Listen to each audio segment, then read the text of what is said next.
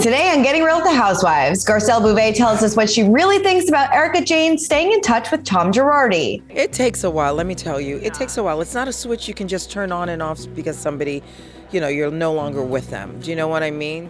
Plus, Kyle Richards reveals where she stands with her sisters, Kim and Kathy. Obviously, we've had bumps in the road, but we're blood. We always come back together.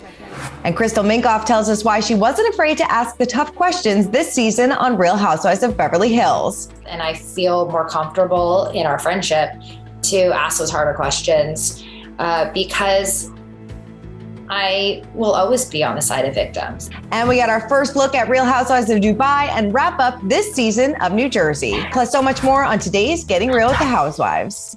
Hey guys, Christina Garcelle here with Us Weekly executive producer Mandy DeCamp. Welcome to another big week of Getting Real with the Housewives. Mandy, so much going on this week. So much. Jersey's over. I'm so sad. I know, and it was a good one. They went out with a bang. They really did. And we're going to break that all down and get into the news. But before we do that, you guys had a lot to say about last week's show. You did. I have a long comment, so bear with me. So this was from Savannah Jones, and we love you guys writing in, so keep it coming. We love the comments. Savannah wrote, I really see why some fans are calling bull on Dorit's break-in story, because I would have never left my children the next night or the next night or the next night. I had a frightening experience when my second son was 9 months old, and I can tell you neither of my children left my sight for a good couple of weeks. I remember putting my son in his pram and wheeling it into the bathroom whilst I had a shower because I was so terrified. So it seemed super odd to me that she left her kids. Even Kim K didn't go back to work immediately and she rushed home to be with her kids. It's really bizarre. Well, we did say that. Yeah. So I totally hear you, Savannah. I would still not have left my kids. Yeah, I totally agree. It was super odd. Even if you are, you're obligated to shoot this show and, share your life, but could have maybe held off a couple days. I don't know. It seemed a little strange to me. And I think they would have understood. I don't know. Yeah, I totally agree. I just don't relate to that. I couldn't have done it. And there's no way I would have left them with a nanny or someone who worked for me. I would have just brought them to Kyle's if I really felt the need to get back into it. Yeah, totally. I don't know. All right. Well, Kit says Erika was angry that Garcelle shared a secret that Tom still calls Erika, but now she's telling the world the same thing. You can get whiplash from all her mood swings. I mean, it has a point. Yeah. Yeah. I mean, it definitely has a point, but yeah, it's going to be interesting to see how Garcelle and Erika's relationship unfolds this season, because they both are not on good terms as it appears. And we talked to Garcelle recently, and we're going to show you guys that a little bit later on. So yeah, definitely. All right. Yeah, I agree. I mean, I feel like Erika, there's always a secret side to Erika, even though this season she does seem to be a little bit more open, I think. Yes. I feel like she self-produces a little bit, where it's like she decides what she's going to be open about. You know what I mean? Exactly. I totally agree with you. Yeah. All right. Well, let's get into the Housewives news this week and kick it off with our very first look at the Real Housewives of Dubai. Take a look. You are making me so upset. Can you focus? The only exercise I do is doing my husband. I'm done. Oh my God, it's stinging me. I am ready for this. I am excited. Yeah. This is a whole new level of wealth. A whole new level. I mean, I came off watching Beverly Hills to watch this, and I was like, Beverly Hills looks poor compared to this.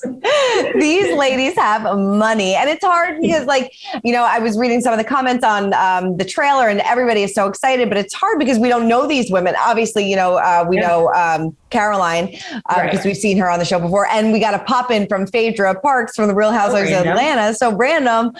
So there are some familiar faces, but I am excited to get to know these ladies a little bit more. Yeah, like I said, even if the drama's not there as much, because I didn't know, with the trailer, I didn't feel as much drama as some other, but again, we don't know them yet. Right. I still think just seeing their lifestyles and their wealth is going to be very interesting to watch. So interesting. I cannot wait. June 1st. I cannot come soon enough. All right. The Real Housewives of Orange County star Dr. Jen Armstrong and her husband, Ryan Holiday, have called it quits again.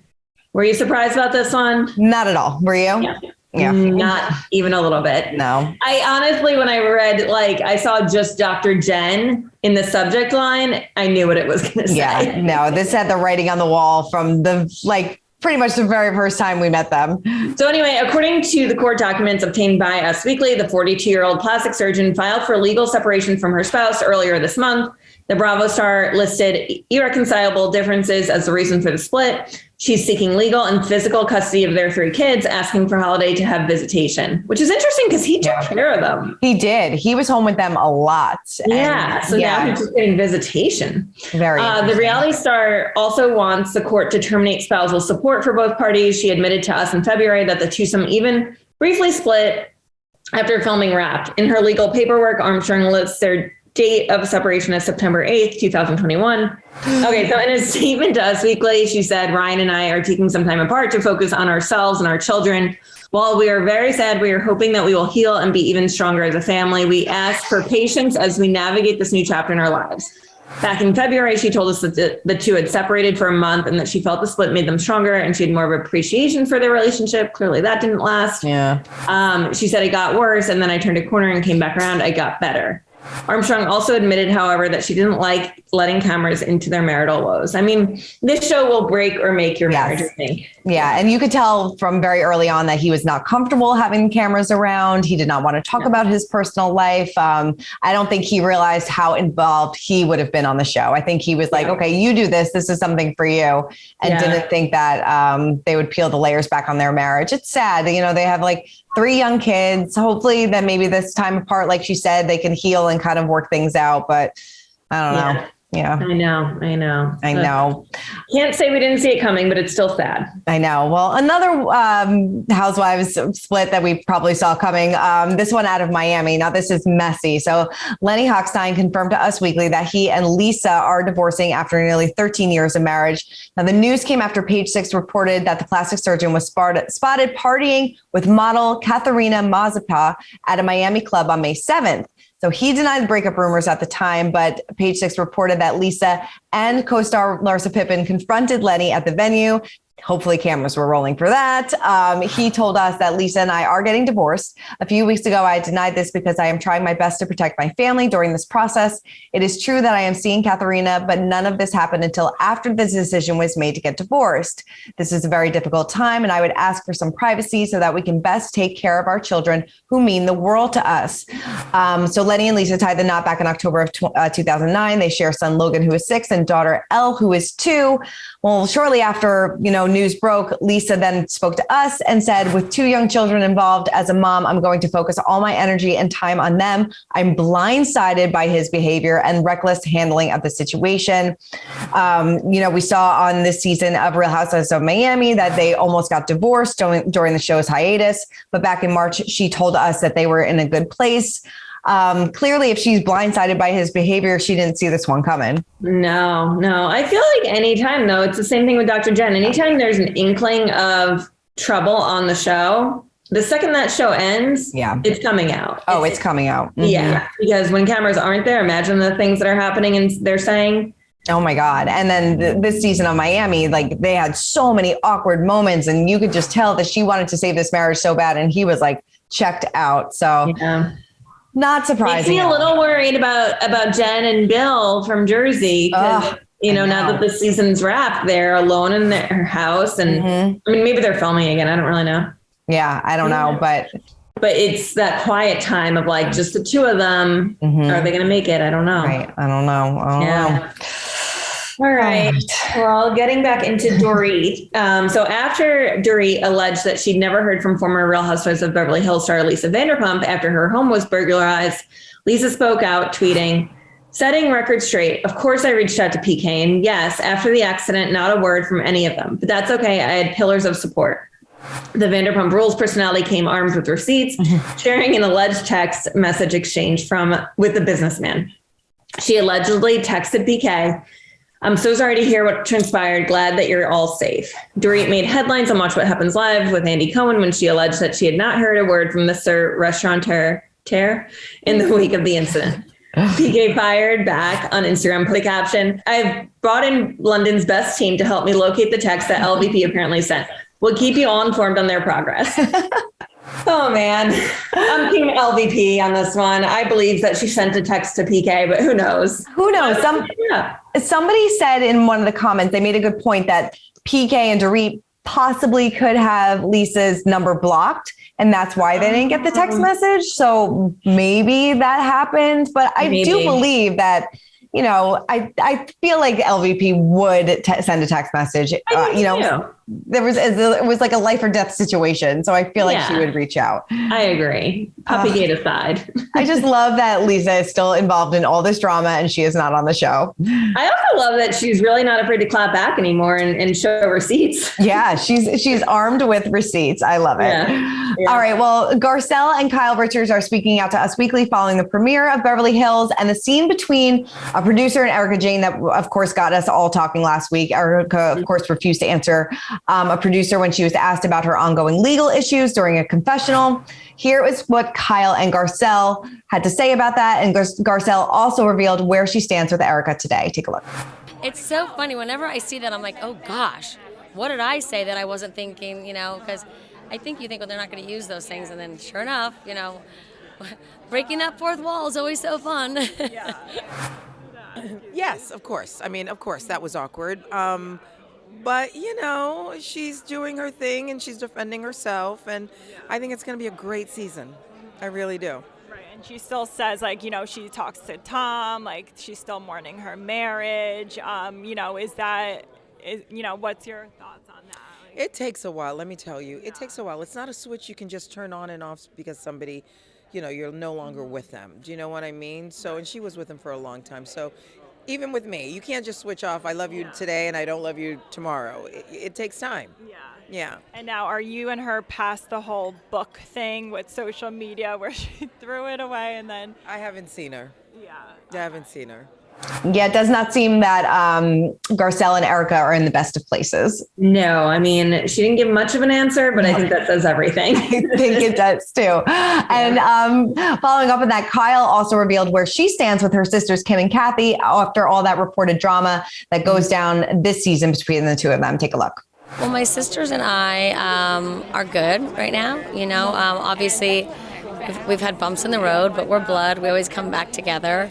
You know, I feel like most people have that with their siblings, but they don't have, you know, people on TV, you know, the audience observing and analyzing how and why, what happened. So, but we're blood. We'll always come back together. Is Kim going to be making any cameos this season? This season, no, not this season. Yeah, I mean, it seems like regular sister drama between Kim and Kathy, but yeah, definitely interested to see. Between Kyle and Kathy. Oh, Kyle and Kathy, sorry. There's too many sisters. I'm hoping that Kim would come back. It doesn't seem like that's happening. She confirmed she's not going to be in this season, which was kind of a bummer. I totally thought she'd make an appearance or two. I thought so too. Ugh, yeah. Bummer. Yeah. All right, well, let's get into our Real Housewives rewind and keep it going with Beverly Hills. What did you think about the second episode? It's good. I'm in. Yeah. Like, I don't know. Something about Beverly Hills. I just like to watch their lifestyles, like we were saying. I like their, you know, I don't like their drama, but I do like their drama. You know, it's good. The one thing I will say is, like, clearly most of them, except maybe Crystal, don't like Sutton at this point. Yeah. And I worry a little bit that it's going to become too much. Like, why is she being invited to parties if you all hate her? Right. Like, why is she at Harry Hamlin's birthday party? Yeah. Like, if you just talked bad about Lisa Rinna on Watch What Happens Live, why are you there? And that was such an awkward conversation between the two of them. Sutton was crying, showing the receipts. Like, it was just really uncomfortable. Really, really uncomfortable, the receipts. And we have to talk about Diana. Oh my God. Where is Diana? How has Diana Jenkins not been on this show? I need to know why she has not been cast yet. Bravo. Like, why has it taken this many seasons for Diana Jenkins to get on the show? Because she is literally the perfect housewife. She really is. She really is. So she is this socialite, I guess. Is that like... Yeah, maybe former model too. Former model, socialite. So she has a 1-year-old daughter with her 33-year-old fiance. She's 48 years old. She's got this lavish lifestyle, houses all around the world. This accent I can't pin down. No. Kind of sounds like the accent of Inventing Anna if you watch the Netflix. Yes, totally. Good point. But yeah, no, I feel like she is definitely going to stir up some trouble this season. Oh yeah. I mean, she already had zero hesitation with saying it was not classy for them to bring out receipts at the dinner table. And she said it multiple times in case they didn't hear her. Right. I loved it. I mean, and speaking of not a classy move, I mean, Sutton and Erika going back and forth at Lisa's party as well, just being like, you shut up. No, you shut up. Like, No, that was crazy. I mean, I didn't expect those two to go at it right after. Yeah, Sutton, like we said last week, there's something different with her this season. She's not afraid to say what she wants, but she also seems a little bit unstable. Right. So I guess we'll see. But I have to say, so when Lisa Rinna was talking to PK about the burglary, I was just thought of it because they're all talking about how rich they are and how it's fun to watch. I could not believe Lisa Rinna's comment that $60K for a watch. Oh, that's nothing. I know. I'm like a little disgusted by that, Lisa Rinna. Totally. And I mean, it's like, why would you say something like after their house is just burglarized and like, I don't know. It's like, that is a lot of money to a lot of people. I mean, a lot of people. I would love 60K right now. Seriously. I would love that. I mean, that's like what people make in a year. Like that's not like, it's crazy. It's crazy that they just kind of fly off with these comments. Also, the seating arrangement was so strange to me at that party. I don't know if you noticed that. Wasn't sitting next to her husband, right? Right. Lisa wasn't sitting next to Harry. And PK wasn't sitting next to. It was very weird. I did notice it. Yeah. Subconsciously, I was like, that's kind of weird. Right. I know. I wonder if that was like producers, like maybe like camera angles. I don't know. But Sutton not caring, like you said, something is off with Sutton this season, and her just kind of doubling down on the fact that she just did not care that Dorit went through what she went through was very odd to me. And it was about the designer getting here from France. It was like, once I knew that it was about the designer getting here from France, I'm like, that's even worse. Right. Yeah.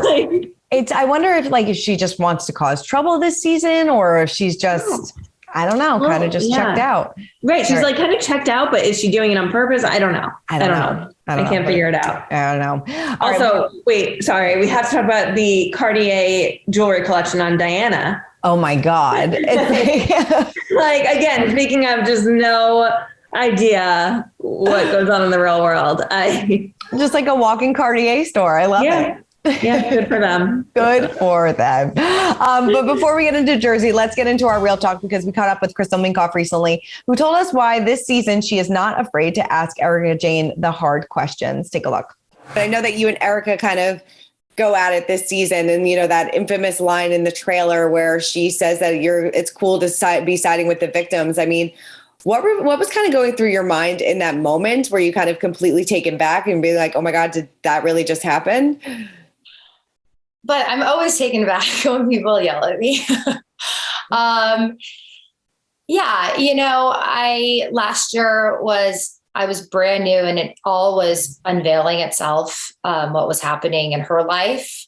And I certainly didn't feel like I had any right to sort of ask questions. And I know other girls did, but I had just met her. Yeah. When she filed for divorce, I had met her 3 weeks prior. So I'm not going to grill someone, especially when someone tells me to get divorced. I'm going to end up leading with compassion as opposed to judgment.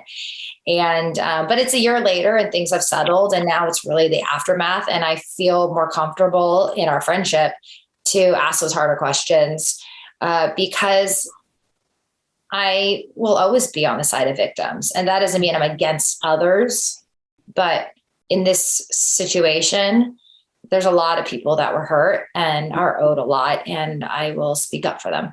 Yeah. I mean, how did you feel going into this season? I know you said you're a little bit more comfortable. It's been a year later, but she did the two of you did have a moment at the reunion when she was like, am I angry enough for you? Do you still feel like she has that compassion for those victims? Or she says in the trailer, I only care about myself. Yeah, look, I mean, I can't speak for her. Of course, yeah. I don't know what's in her heart, but it's certainly, those are the questions I ask. Mm-hmm. I like to think of myself as a very compassionate person, and I try to understand. I can't control anyone. I can't tell them what to do. For me, it's like I really try to understand where people are coming from, and I tend to give a lot of grace on all sides. But with this situation, there's no question for me that it's easy to support victims. Right. Yeah. Does this season still dive deep into those, legal issues that she has, or are we able to kind of branch out and see, other, like you said, all these dynamics and friendships kind of shifting? Are we taking the focus away from that for a little bit? I mean, it's still very much a part of it because as things reveal, it's like different articles came out, different, things came out about it while we were filming. But it's not so heavy on it because when we filmed last year, it was like every single day something was new. And this year there's just a lot more to talk about, but we still broach it for sure. Yeah. I mean, she's more comfortable. This is her second season, so she's going all in. Yeah, I like Crystal more this season already. And also, I have to say, I was watching The Lion King with my daughter the other day, and her husband's name came up huge on my screen. And I was like, oh my God, I know him from Housewives. I love it. I totally forgot. You always forget that like he is such a big deal in like the Disney world. Well, how crazy. Like director of The Lion King. I don't even know how you direct an animated film, but no, neither.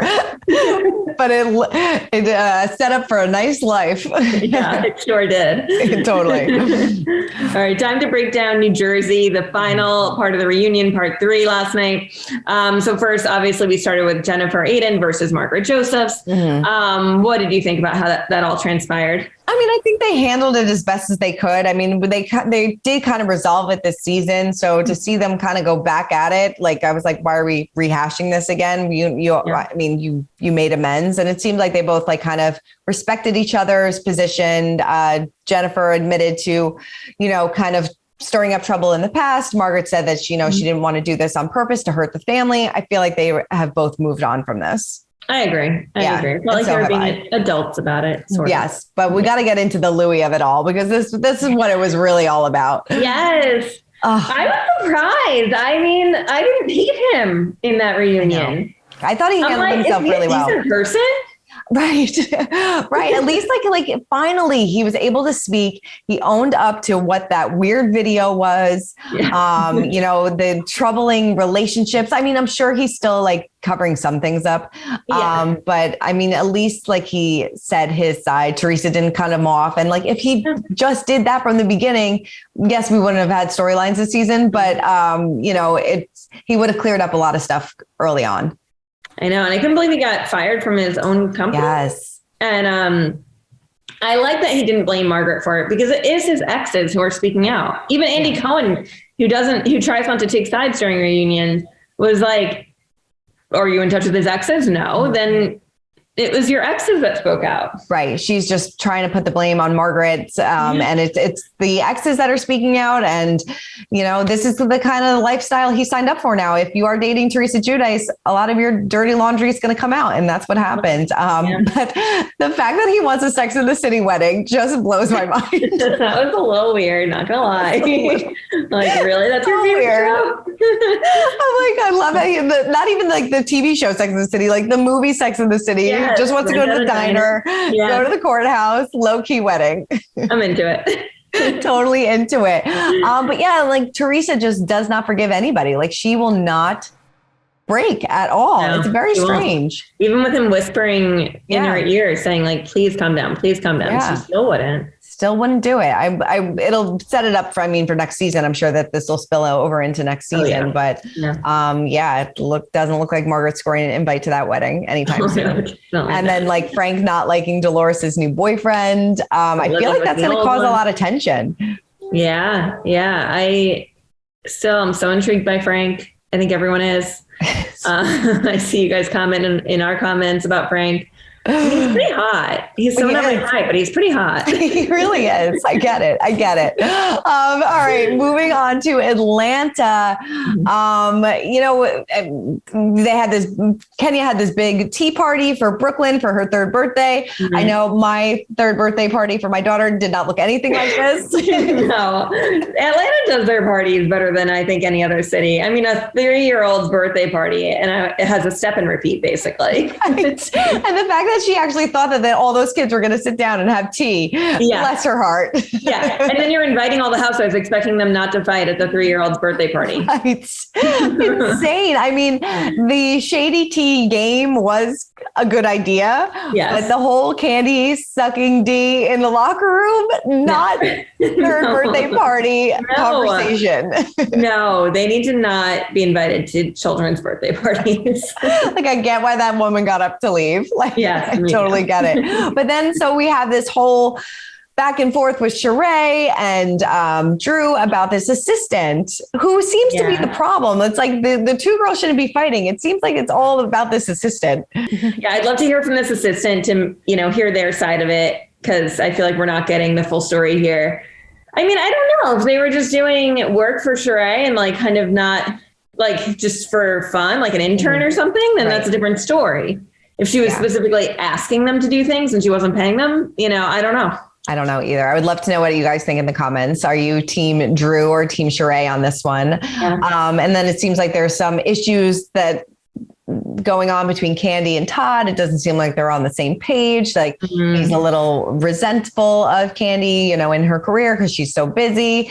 I love that she wants to have an EGOT. I think that's amazing. Yeah, and she only has 1/4 of it. So right. I was like, I didn't realize that she had like a Grammy. Me too. I thought it was like multiple. Like, no, I have a Grammy. I have one. But she did just do Broadway, right? She was just, I forget the name of it. I feel like she did. She did. She had a play or musical on Broadway. So yes, no. So maybe she's well on her way. Good for her. Maybe she does have a Grammy, which honestly, that's one of the most prestigious of all those. Seriously, it's one more than I have. So good for her. Totally. All right. Well, let's get into our social spotlight of the week, where we discuss which housewife caught our attention on social media. Who caught your attention this week? Okay, Dashing Asher did. So this is Diana Jenkins' fiance, right? They're not married yet, which I hope we get a wedding. I know. I hope so too. Because that wedding would be incredible. It really would. I'm looking at this right now. I would love to see a prenup. Like, how do you do a prenup if it's like your former husband's money? I don't know, actually. I don't know, but I'm like watching this video of him and I get it. Yeah. Like, I get it. Yeah, I sort of get it. So yeah, he's already leading up to, the premiere, or Diana's premiere. It's second episode, but their premiere on the show. He's been posting a lot of musical videos that he's been doing. Not saying surprising. So surprising. But he's pretty good. Yeah, no, he is. And like, I don't know. Diana doesn't like the beard. I like it. Oh, I like the beard. I was surprised by that too. I was like, no, I like him with the beard. And plus, it makes him look a teeny bit older. It does. Yeah. No, I totally get it, Diana. I get it. Mine went to Crystal Minkoff because she is still friends with Sutton. Like we were kind of saying, it seems like just Crystal is Team Sutton right now, but they went to a baseball game together recently. We're posting some fun videos and some fun photos together. So it seems like they're still really friends. And Garcelle commented, "I'm grossed out and turned on." So it seems like the three of them are still in cahoots, I guess. Yeah. And it seems like Crystal is really friends with Diana. Yes. Like they have some throwback photos. So there is a core group of friends. It almost is like Kyle, Dorit, and Lisa are one group. Yeah. Erika's in her own world, right. And then those four. Exactly. So it'll be interesting to see how they kind of go head to head this season. But like you said, I am all in, ready for it. Yes. Lots of good housewives coming up. Sad to see Jersey leave, but we have Dubai right around the corner. So get ready for that. All right. Well, Mandy, thank you for running down all things housewives with me as always. Thank you, Christina. All right. For more on the Housewives, head on over to smagazine.com. Keep commenting, keep subscribing. And if you want to listen to our full interview with Erika Jayne, make sure to listen to our Getting Real with the Housewives podcast. We'll see you guys next week. Bye.